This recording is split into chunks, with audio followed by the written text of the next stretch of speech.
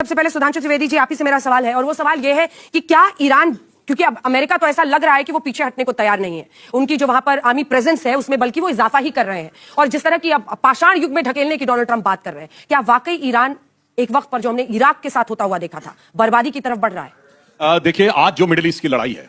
ये इस्लामिक देशों की आपसी प्रतिस्पर्धा से शुरू होकर एक बहुत खौफनाक मंजर पे जाके बैठ गई है, जहां इस रंग की न्यूज़ेस आ रही हैं कि सऊदी अरब और यूएई का भी ये मानना है कि अमेरिका अब ईरान को निर्णायक रूप से पराजित कर दे, डिसाइसिवली डिक्लाइन कर दे, अन्यथा वो ईरान अगर आधा घायल ईरान रह गया तो शायद इनके लिए ज्यादा खतरनाक हो। दूसरी तरफ ईरान का मानना है कि अब वो सभ्यता मूलक प्रश्न उठाने लगा कि हम हजारों साल पुरानी सभ्यता है और आप हमें निपटा नहीं सकते। तो मैं कहना चाहूंगा, आज मिडिल ईस्ट के देश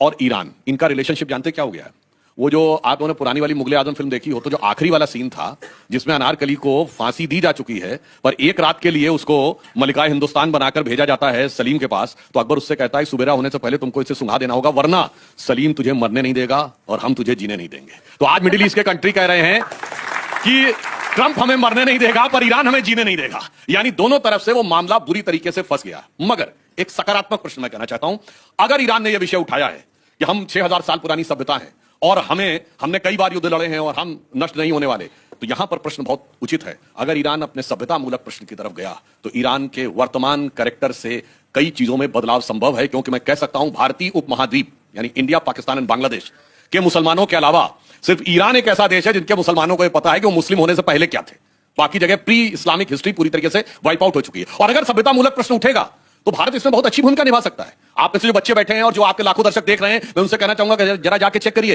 प्राचीन ईरानियन एक गॉडेस है जिनका नाम है आरा देवी सूरा अनिता,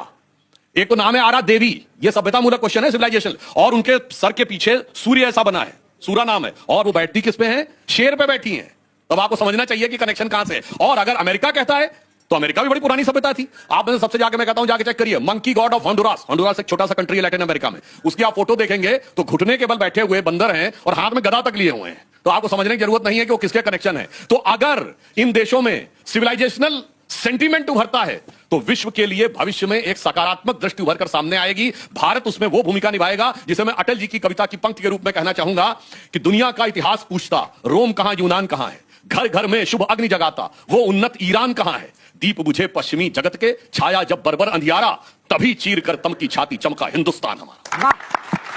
अजय उपाध्याय जी, मोर्चा संभालिए